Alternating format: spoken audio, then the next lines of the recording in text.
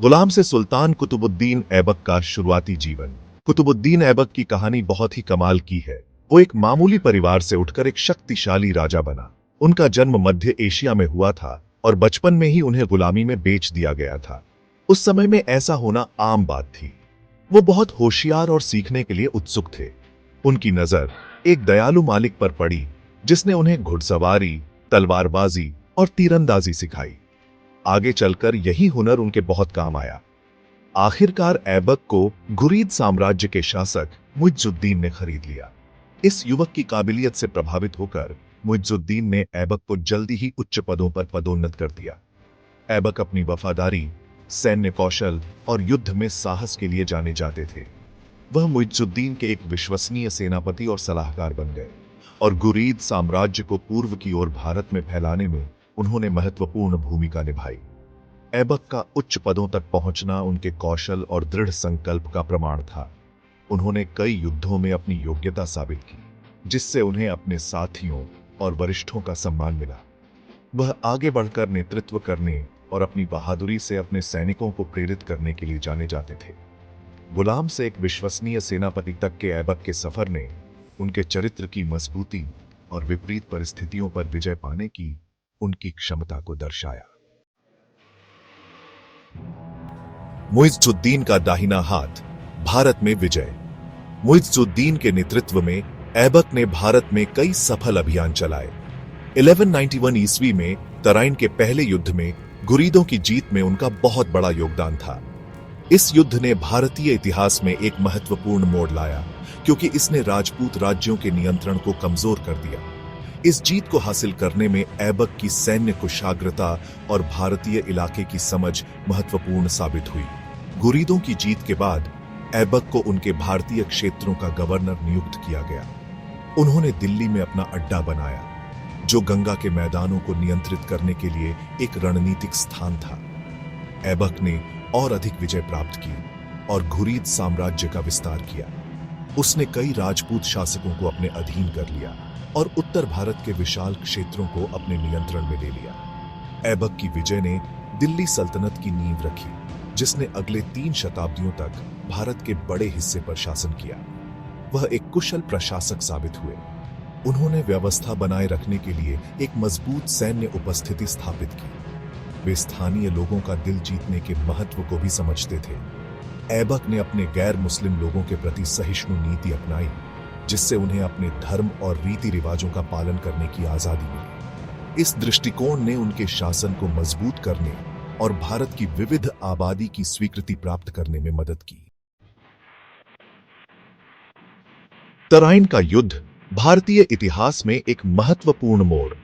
1192 ईस्वी में तराइन का दूसरा युद्ध भारतीय इतिहास का एक निर्णायक क्षण था। इसमें मुइज़ुद्दीन और ऐबक के नेतृत्व वाली घुरीद सेनाओं का मुकाबला पृथ्वीराज चौहान के नेतृत्व वाले राजपूत संघ से हुआ। पृथ्वीराज ने तराइन के पहले युद्ध में घुरीदों को हराया था और दूसरा युद्ध बदला लेने का मौका था। यह युद्ध बहुत ही भयंकर था, जिसमें दोनों पक्ष बहादुरी से लड़े। मुइज़ुद्दीन के सबसे भरोसेमंद सेनापति के रूप में ऐबक ने घुरीदों की जीत में महत्वपूर्ण भूमिका निभाई। उन्होंने राजपूत सेना को चकमा देने के लिए घुड़सवार तीरंदाजों के इस्तेमाल और झूठी वापसी सहित नए सैन्य तरीके अपनाए। पृथ्वीराज चौहान इस युद्ध में हार गए और मारे गए, जिससे उत्तर भारत में राजपूतों का प्रभुत्व समाप्त हो गया। इस जीत ने दिल्ली सल्तनत की स्थापना और भारत में इस्लामी शासन के प्रसार का मार्ग प्रशस्त किया। तराइन के दूसरे युद्ध के दूरगामी परिणाम हुए। इससे राजपूत राज्यों का पतन हुआ और दिल्ली सल्तनत भारत में एक प्रमुख शक्ति के रूप में उभरी। इस युद्ध ने इस्लामी और हिंदू परंपराओं के बीच सांस्कृतिक आदान प्रदान और समन्वय के एक नए युग की भी शुरुआत की। इस महत्वपूर्ण युद्ध में ऐबक की भूमिका ने भारतीय इतिहास में एक प्रमुख व्यक्ति के रूप में उनका स्थान पक्का कर दिया। दिल्ली सल्तनत की स्थापना, एक नए युग की शुरुआत। 1206 ईस्वी में मुइज़ुद्दीन की मृत्यु के बाद ऐबक ने अपनी शक्ति को मजबूत किया और दिल्ली सल्तनत की स्थापना की।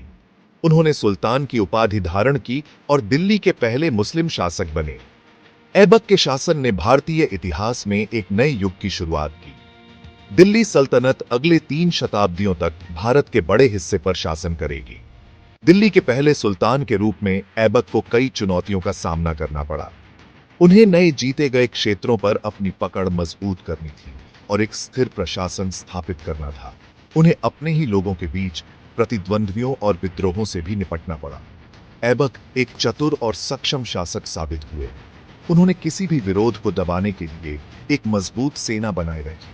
उन्होंने अपनी शक्ति को केंद्रीकृत करने और अपनी प्रजा के जीवन को बेहतर बनाने के लिए नीतियां भी लागू की। हालांकि ऐबक का शासनकाल छोटा था, लेकिन दिल्ली सल्तनत की नींव रखने के लिए यह महत्वपूर्ण था। उन्होंने एक केंद्रीकृत सरकार की स्थापना की, नई प्रशासनिक व्यवस्थाएं शुरू की और कला और वास्तुकला को संरक्षण दिया। उनके शासनकाल ने भारतीय इतिहास में एक नए अध्याय की शुरुआत की, जिसमें एक नई सांस्कृतिक और राजनीतिक व्यवस्था का उदय हुआ। भाग 5 कला और वास्तुकला के संरक्षक। ऐबक की विरासत। ऐबक कला और वास्तुकला के महान संरक्षक थे। उन्होंने अपने शासनकाल के दौरान कई मस्जिदों, महलों और सार्वजनिक कार्यों का निर्माण करवाया। उन्हें कुतुब मीनार के निर्माण की शुरुआत करने के लिए जाना जाता है, जिसका उद्देश्य उस समय दुनिया की सबसे ऊंची मीनार बनाना था। कुतुब मीनार अधूरी अवस्था में भी आज ऐबक के दृष्टिकोण और उनके युग की स्थापत्य प्रतिभा का प्रमाण है। वास्तुकला का ऐबक का संरक्षण कुतुब मीनार जैसी भव्य संरचनाओं तक ही सीमित नहीं था।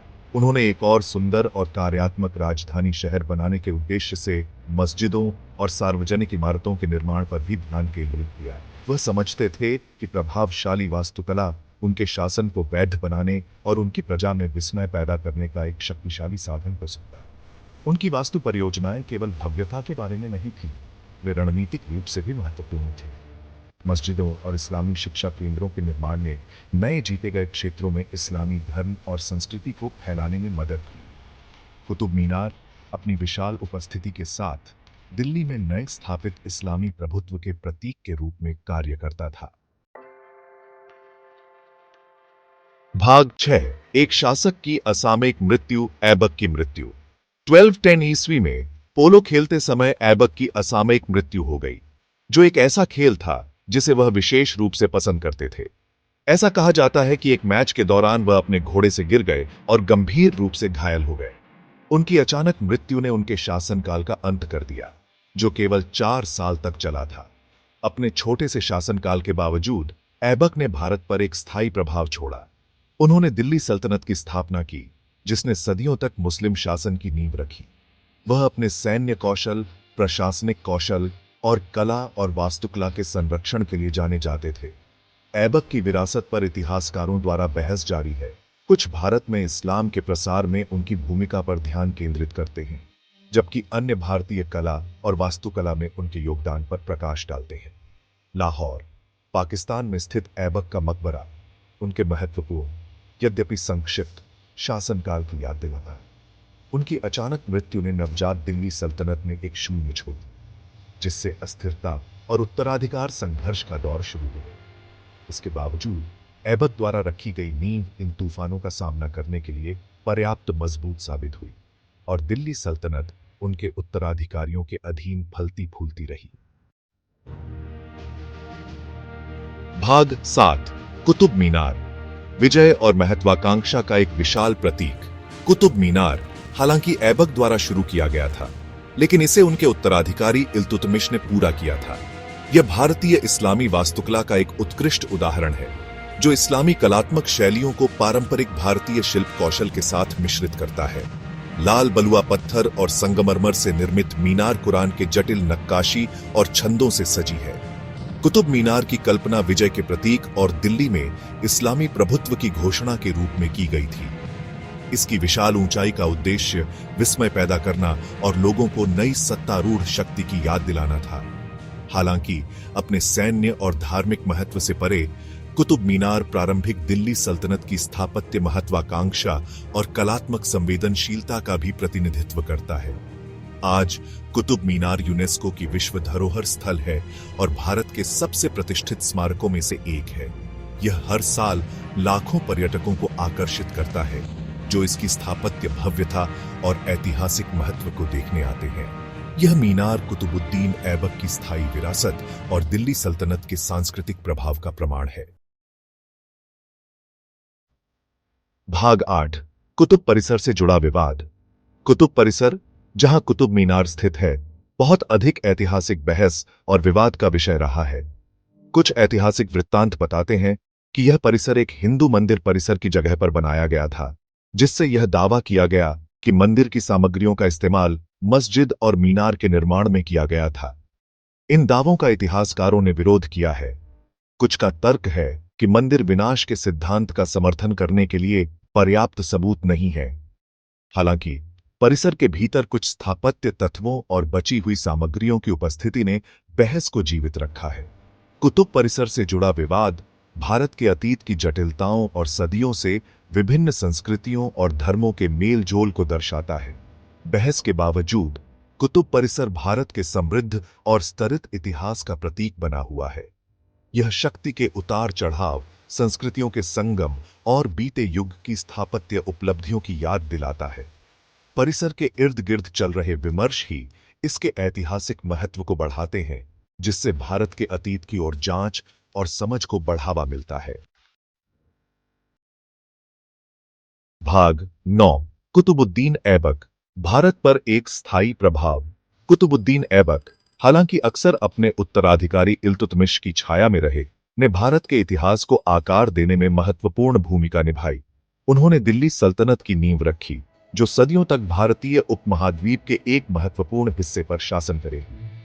उनकी सैन्य विजय, प्रशासनिक सुधारों और कला और वास्तुकला के संरक्षण का भारत के सांस्कृतिक और राजनीतिक परिदृश्य पर स्थायी प्रभाव पड़ा। उन्हें एक सक्षम शासक के रूप में याद किया जाता है, जिसने एक विविध और विशाल भूमि को जीतने और शासन करने की जटिलताओं को समझा।